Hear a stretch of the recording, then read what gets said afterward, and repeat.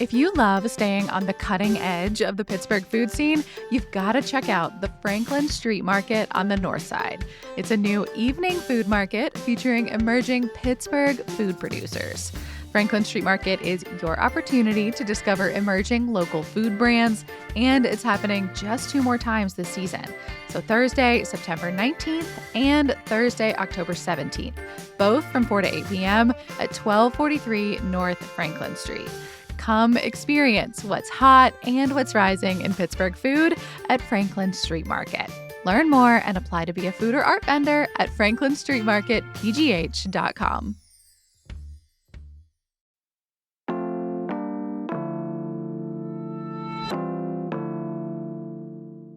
Today on CityCast Pittsburgh, another Southside music venue is closing, and there is still a proposal to shut down 16 Pittsburgh public schools as well. We're talking about what we now know about that plan and the new date for when we're going to find out more. Plus, we've got your checklist to make sure you are all squared away to vote this November. It's September 13th, our Friday News Roundup. I'm Megan Harris, and here's what Pittsburgh's talking about.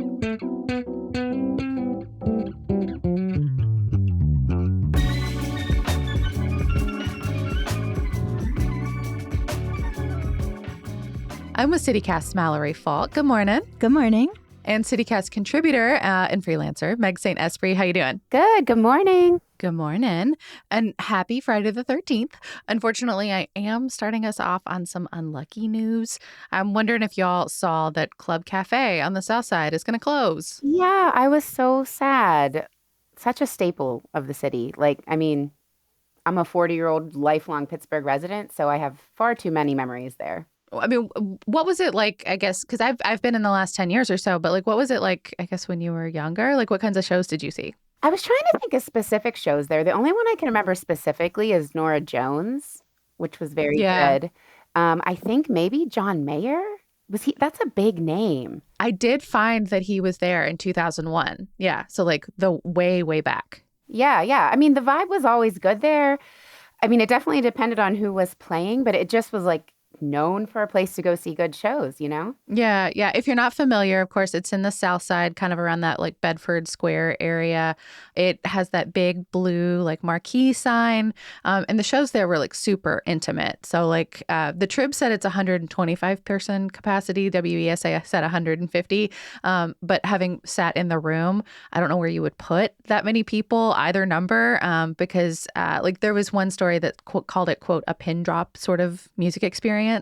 And I thought that was a perfect way to describe it because you are just so close to the artist and the bar and the bathrooms and the door to leave. Like everything is really, really tight in there. I'm like, sadly, it's like the dream concert venue now for me as a middle-aged mom. It really not is. Having to battle the lines or worry about not having a chair at Star Lake or whatever it's called now. Totally. Yeah. Just some names that have come through there before. Tori Amos, Brandy Carlisle, Nora Jones was on that old list. Frank Black, Fits in the Tantrums.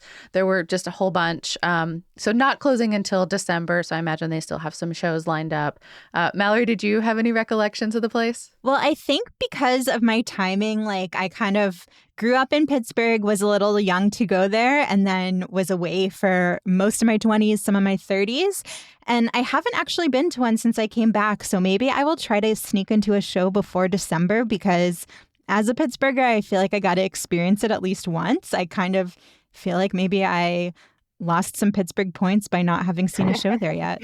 We're going to take your Yinzer card. Yeah, it has that same nostalgic feel of like when I think of the Beehive closing. Yeah. And the same era too, because they opened up in 1999. Marco and Paula Cardamone, who, if you know the name, like if you listen to WESA a lot, you may recognize the name because he's been a huge contributor, was the board president for a while. Like there are rooms in that same square in another building named after him. So his family's been involved in property in that area for a long, long time. That's really cool. Well, and the people who own it now, Opus One Productions, they took over in 2011. They also produce shows at Stage AE and Mr. Smalls, and they run Margot in East Liberty.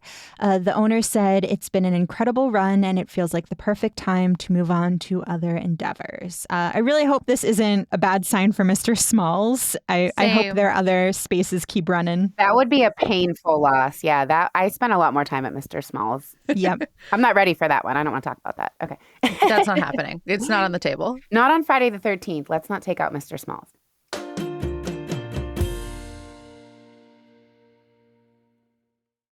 Mallory, your turn.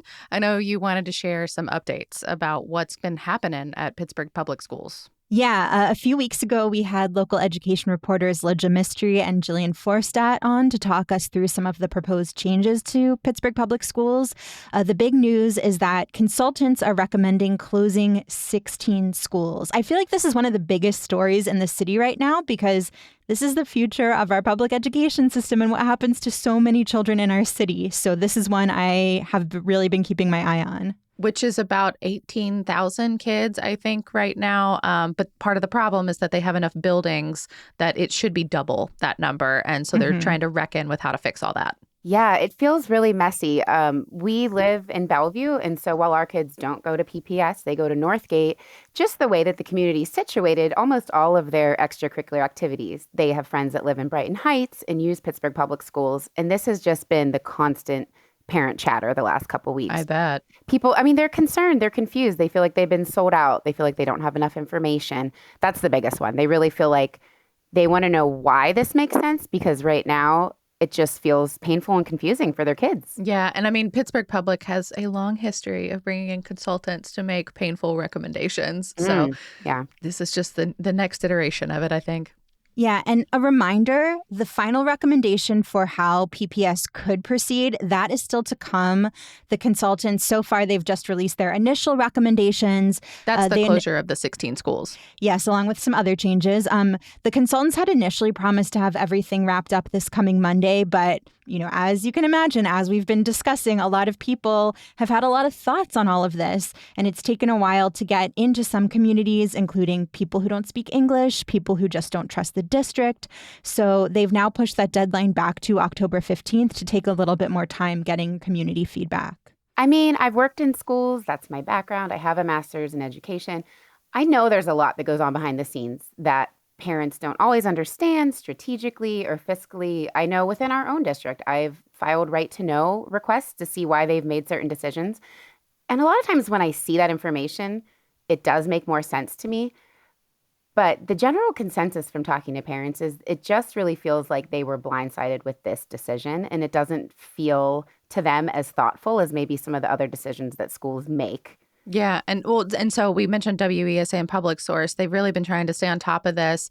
In addition to reporting, they also made this survey for their listeners, their readers to submit questions so that they could take them directly to these consultants and try to get some answers. So we thought we would try to go over a few of those today. In that episode, too, if you're just unfamiliar with what we're talking about, we'll link it in the show notes. Yeah, and I thought we could lump some of the questions for the consultants into categories. So first, there were a lot of process questions. How much money would all these closures save? And how quickly might these changes happen? And for both, the consultants said they're still in the process of figuring that out. Yeah, it was like whole paragraphs of descriptions that basically were like, I don't know. We don't know yet. Oh, so government bureaucracy. Okay. Well, I mean, I'll give him like a fair shake on that. Like, I'm sure they don't know. Like, the one thing I was struck by in like reading some of these Q&As, both in WESA and Public Source and other places, is like they are considering a lot of different paths. Like, this is becoming like one of those like flow chart things where you do this and then you make this choice and then you make that choice and then you make this one. So like I can at least like I'll give them that like it's not clear what the exact savings are because we don't know what the district is going to pick of all the different things we're going to lay out in terms of options. It's like a choose your own adventure book. Yeah. And I mean, the root of it really all is that Pennsylvania's school funding formula is really broken. And there's been a lawsuit about it that was won. There's been red tape. It's not fixed yet. And so they're facing problems that a lot of districts are facing about enrollment and building use. But yeah, it just feels confusing the way it's been presented. Yeah. And I think it's also a national trend, not just here, where especially post-pandemic, I mean, the district has been losing students for a long time, but post-pandemic, that's been happening in cities all over the country. So it's a national issue. It's exacerbated here by Pennsylvania's school funding system, which a judge actually ruled was unconstitutional.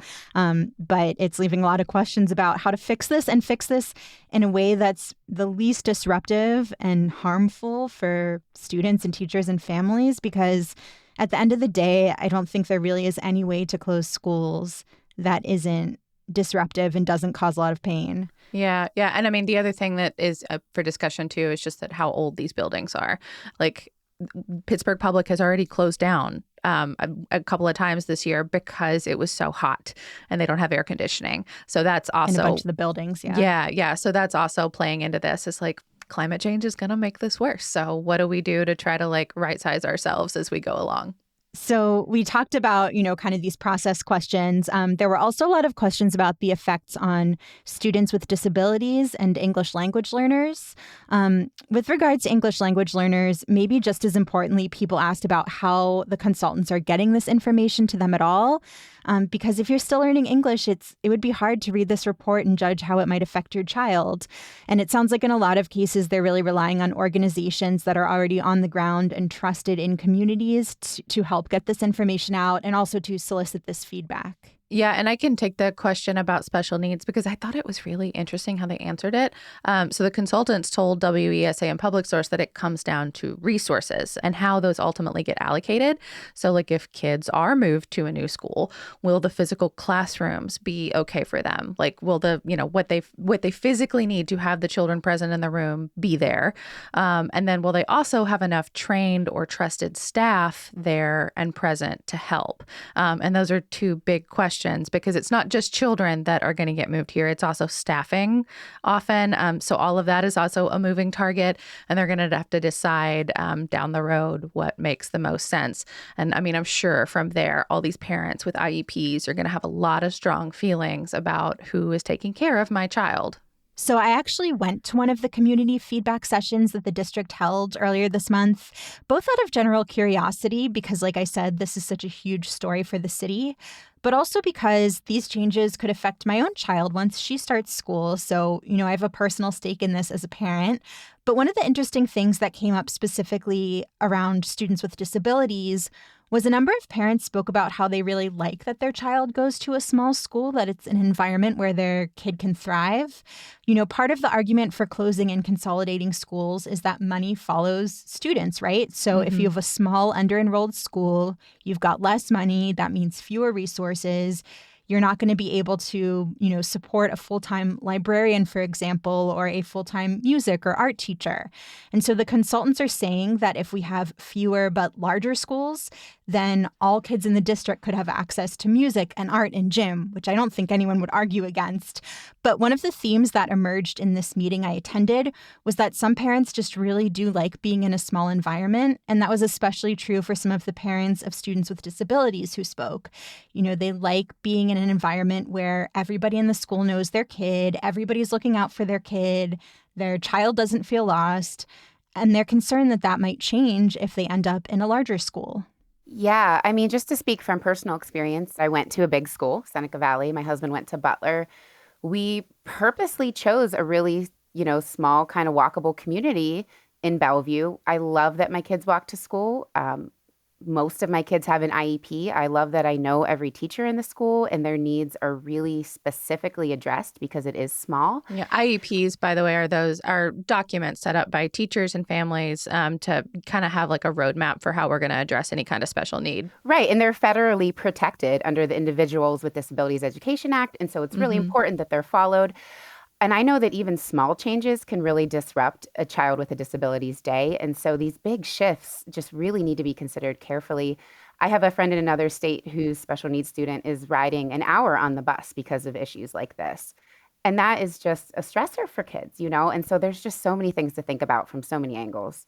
Yeah. And, to the transportation piece, something I was struck by in that Q&A Legend Jillian did, the consultants said that they think the impact on transportation of these changes would probably not be significant.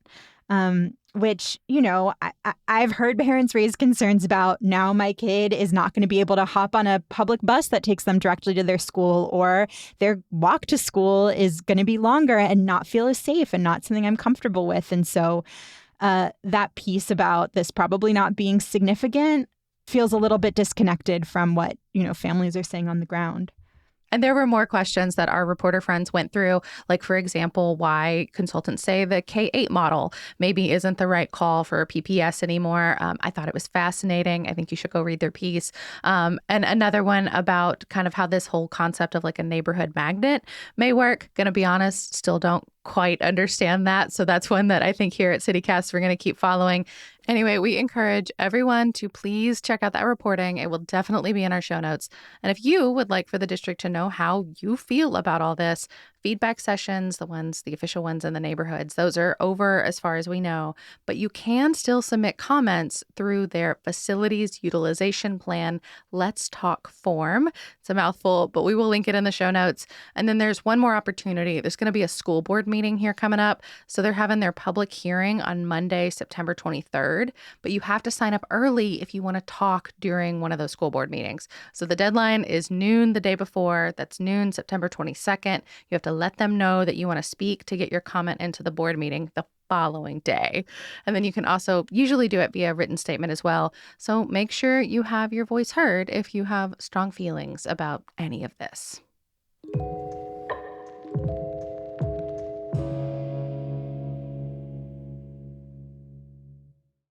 So last up from us this week, on Tuesday, former President Donald Trump and Vice President Kamala Harris faced off in their very first presidential debate, maybe their only. There's been so much coverage about it at a national level, so we're not going to get into it too much, but they did mention Pennsylvania a couple times. Yeah, not too much about Pennsylvania, but Harris did say, again, that she will not ban fracking if she becomes president. And then she also mentioned our state's Polish-American heritage, which was not something I was expecting on the debate stage. No, it was like 90 minutes in, and like a casual statistic about how many folks from Poland we have living in Pennsylvania. It was when they were talking about the war between Russia and Ukraine. Did not have that on the bingo card. Yeah, we've been following it really closely. I took my kids downtown to try to peep a glimpse of the VP. We were not successful. We may or may not have mentioned that on Tuesday's show, Meg. I didn't call you out by name, though. Oh, did you? Yeah. I mean, I know that a lot of people were excited. We saw other families with kids down there. We talked to the Secret Service. One of them was explaining how we could work for the Secret Service, which was pretty cool. Oh, that's so nice. Yeah, they were really friendly. And I said, can you tell us when she's going to come out? And they were like, no, like that's a matter of national security. But I do think it's been a really exciting, nail-biting time to be a Pennsylvanian. We're not voting yet, but it's coming up really soon, our early voting. And Election Day is Tuesday, November 5th. So all those deadlines are approaching. Well, we don't technically have early voting. We have mail-in voting, which is different. Oh, I actually didn't know they were different. So that's good information for me. So yeah, the mail-in voting is starting pretty soon, but it hasn't yet. Oh, yeah. Fun fact, in other states, depends on how long they set their parameters for, but like where I grew up, you could vote for like 3 weeks prior to the election. Just like pop in when you're free. It was so much better. It was so much better. Pennsylvania needs to get early voting. That's what I always did when I was living in El Paso. I'd just vote like 3 weeks out. There was no line, in, out. It was incredible. Yeah. I wish we'd get that. I kind of like the hype of voting on Election Day, but I'm hopelessly extroverted, so that might be singular to me. I mean, I do like it. I recognize that it is extremely inconvenient to do it on a random Tuesday when no one gets the day off. Yeah, except kids, and then parents have to vote with their kids. I know. Well, keeping this going, we wanted to, take some time this episode to go over everything you need to know about voting here, making sure your registration is updated, all of that good stuff, so that whether you're mailing in a ballot or showing up on November 5th, you are able to vote. Yeah. And I know you might say the election's in November. Why now? A lot of these deadlines actually come up in October. So we want you to be able to kind of plan ahead. So first and foremost, you have to confirm that you are in fact registered. Always a good practice to just check your status regardless. So we'll have a link in our show notes. There's a website for PA Voter Services where you can double check that and also find your local polling place. Okay, yeah, and there's a couple requirements in Pennsylvania. You have to have been a U.S. citizen for at least 1 month. I like that because we want the voices of people that are new here too.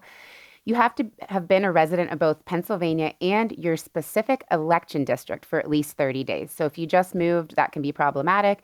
You, of course, have to be 18 years old on or before the day of the election. So I think that's important to note.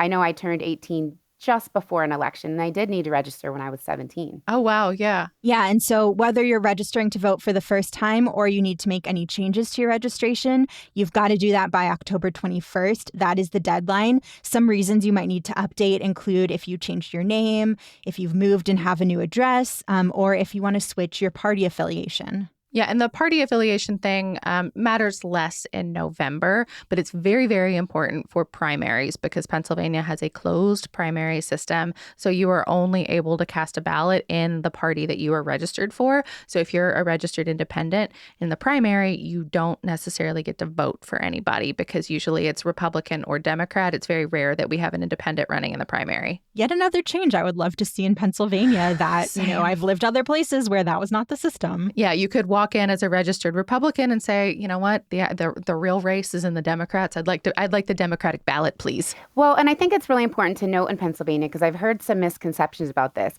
If you voted in the Republican primary or the Democratic primary, it does not matter for the general election. Correct. You can have voted in the Republican primary and vote for a Democrat and vice versa. That is okay. Some people thought they had to stick with their party in the general election, and that is not true. This is a very No, state. you can change your mind up until, you're sitting in the voting booth. And just a reminder, you can make any of these changes, change of address, change of name, any of that, and check your polling place, of course, always. You don't have to leave your house. You can do all of that online. I think that's honestly so helpful. I mean, just as busy people with jobs and kids and other things, this is really important. And this would be one of those things where if you let it slip through the cracks, you might be mad at yourself in such a consequential election.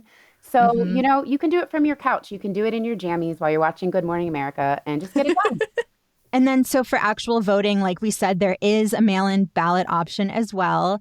You just have to request your mail-in ballot. And make sure that it is turned in on time. All of those dates and regulations are all listed online, which I think is interesting because the state of Pennsylvania has not started sending out mail-in ballots yet. That's supposed to happen as soon as next week. But, we've seen former President Trump posting recently about how 20% of our mail ballots are already fraudulent. And, our governor immediately starts clapping back and he's like, how can that be true? Not a single one of them have been sent yet. Yeah, I mean, we don't even have a sample ballot for Allegheny County yet. So I'd love to know what those 20% of people were voting on, I guess. Yeah. We're supposed to get a sample ballot very soon, but we don't have it yet. Yeah. And just as a reminder, Trump is still facing criminal charges for his effort to overturn the results of the 2020 election. He upheld that belief during the debate on Tuesday night. Yes, he did. Well, if you need any help registering to vote, if you like some in-person connection to help walk you through the steps, there are going to be a couple satellite voting centers in the city. So one is popping up at Soldiers and Sailors. That's in Oakland. It'll be open from October 15th to 17th from 8 to 4 p.m. And then another one's going to be at CCAC in Homewood. That one's going to be open 9 a.m. to 5 p.m. on October 19th, 20th, 26th, and 27th. I know those are kind of hard dates to wrap your head around when you're listening to them. This is all also on our website, pittsburgh.citycast.fm, and just do a little searchy search for voting. And the county elections board also signed off on 10 spots to return ballots before Election Day. So those are your mail-in ballots. Yeah, exactly. If instead of mailing them in, you just want to drop them off at a physical spot, know they've been collected, that's what you can do. The Trib had a nice piece talking about how officials will keep these return spots secure and all of that. And the state of Pennsylvania does 2 audits every election to ensure those votes are correctly counted. Yeah, and just another reminder I think is really important. I know that this is a really divisive election. There's families that are divided over who to vote for. Who you vote for is completely private. Only the fact that you are registered to vote and what party you're registered for is publicly searchable information. So your vote is your vote. Go into that booth and do what you want. You don't need to tell anybody if you changed your mind. It's your business. Yeah. And I mean, I hope that nobody is, but if you're listening to this and you're in a family situation where somebody is pressuring you to vote a specific way, you can tell them whatever you want, but you can vote how you want to vote. You are alone in that voting booth and you can make whatever choice you want to. It's another reason that the mail-in option is great because you can do that privately. at home. True. Well, before we head out for the weekend, what will each of you be thinking about over the next few days? I mean, so going into this weekend, it's our school's homecoming. I have a kiddo in the marching band. I know that Already? I They do do. homecoming this early? Oh, I thought you meant already that I have a kid old enough to be in the marching band. Both, yes. Both.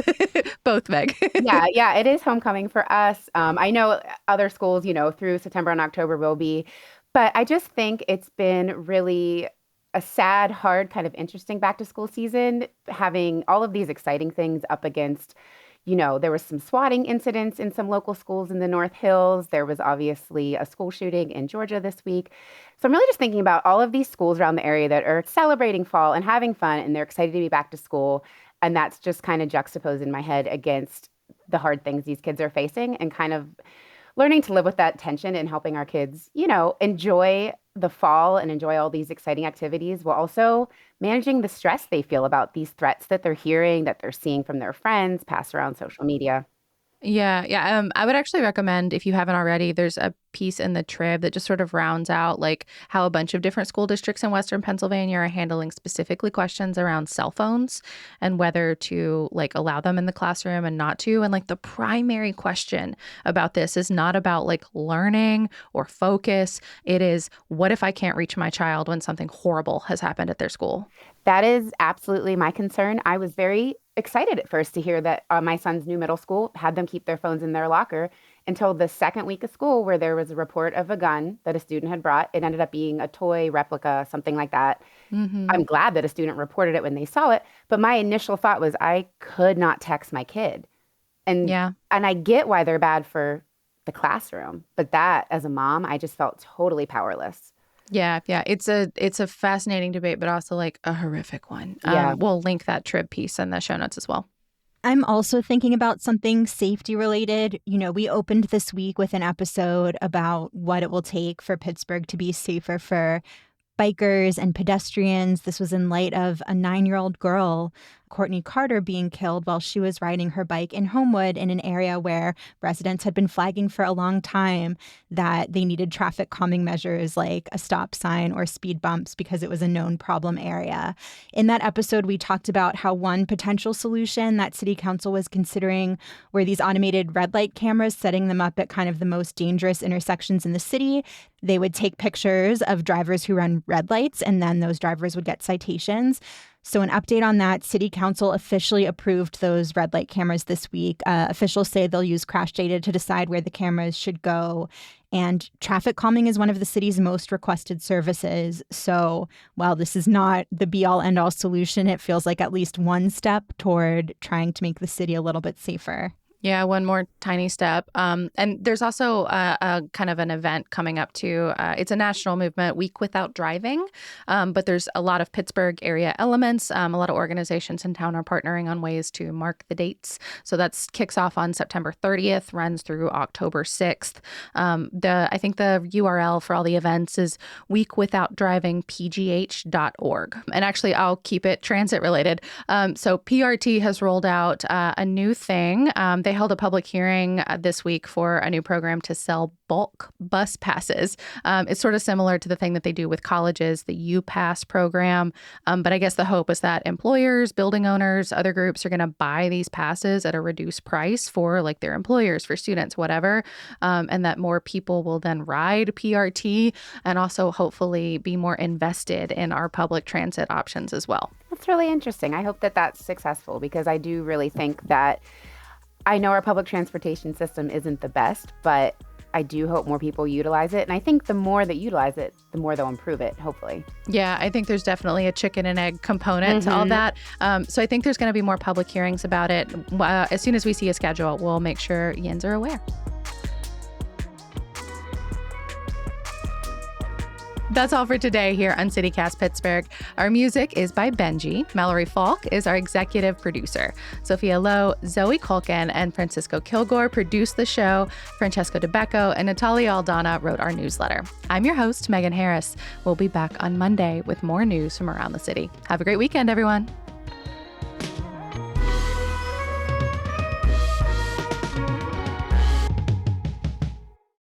My dad would like pick me up early on Friday the 13th and like we'd go do silly things. Like once we went to an animal shelter and pet all the black cats and ate Oh, peanuts, and he brought me like a green sweater because that was unlucky in whatever sport he was into. Like it was just like sort of a fun way to mark the day by like intentionally stepping into every single like stereotype of bad luck we could.